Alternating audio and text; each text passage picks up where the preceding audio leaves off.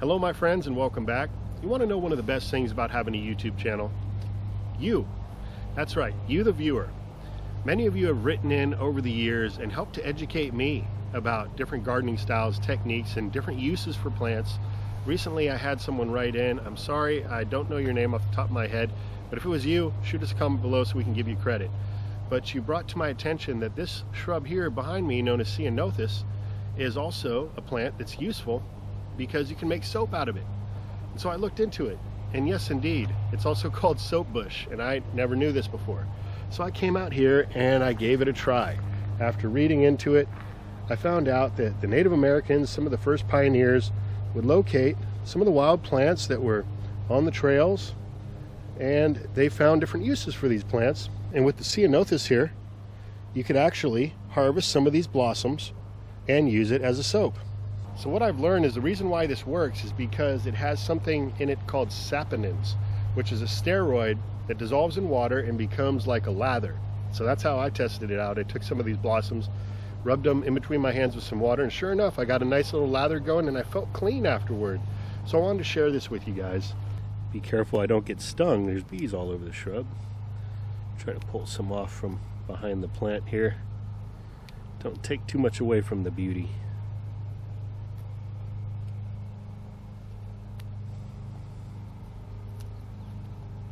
That's about all you need. And you know, the fragrance of 𝗙𝗏𝗿𝗃𝗏 is very mild. It's not like a pungent flower like a wisteria.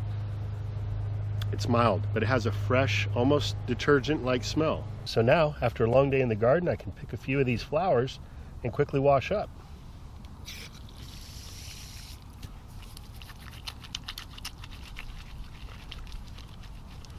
Look at this, guys.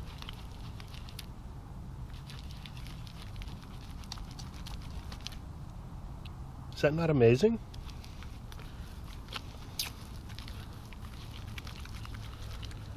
I can tell by the density of this lather that with that little handful of blossoms that I grabbed, I could probably wash nearly half my body. Really don't need that much.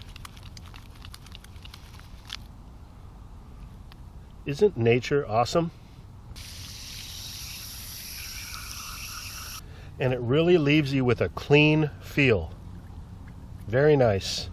So there you have it. I've learned something new. Once again, thanks to you guys. I truly do appreciate it. So keep those comments coming in. Let's all keep growing together. And I'm kind of giddy actually to find another use for this wonderfully abundant and beautiful plant growing in the garden. 𝗙𝗏𝗿𝗃𝗏𝗏. And by the way, there's another 4 or 5 plants that I found in my research that also can be grown for soap. One of them, I wrote these down, is yucca, soap root, amole, buffalo gourd, bouncing bet. Those are a few that you might want to look into. So with that, thank you all for watching. Have yourself a great rest of the night. Until next time, this is Dan from plantabundance.com. Take care. I'll be talking to you again soon.